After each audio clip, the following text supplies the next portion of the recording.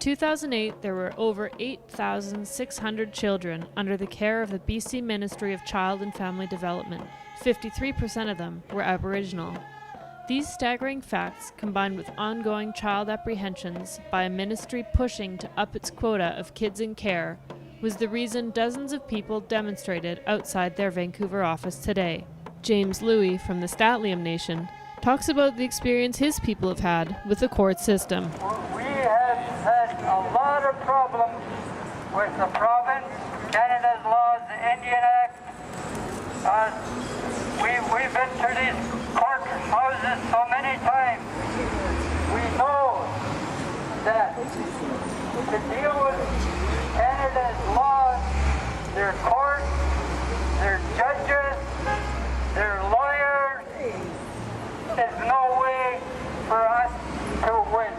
Debbie, who is a survivor of a foster home, talked about what it was like as a youth. For you, while I was abused, raped by the foster parents, and abused, hit with belts, wood, and ran away a lot.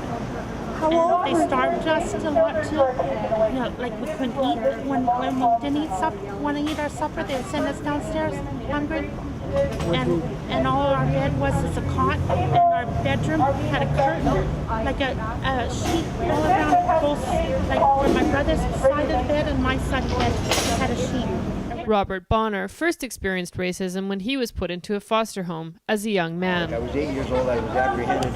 We had moved from the reserve to the city when I was 5, so I could go to school.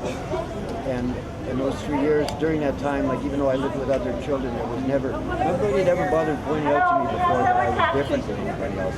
I go into my first white foster home on the farm, my first day at school, and somebody calls me an effing Indian, and like it never occurred to me that I was any different than anybody else before. So from that day on, like my life changed. I was in 3 or 4 different foster homes, and I was abused, not sexually abused, but I was like physically abused and made to work. In a couple of the homes, I felt like a slave. Because I'd work from dusk to dawn because we were on a farm, and I felt I was more there to, help them rather than them, whatever. I wasn't there because they cared, I'm sure. Demonstrators made it clear that as long as children continue to be apprehended, they will be in the streets. Stop!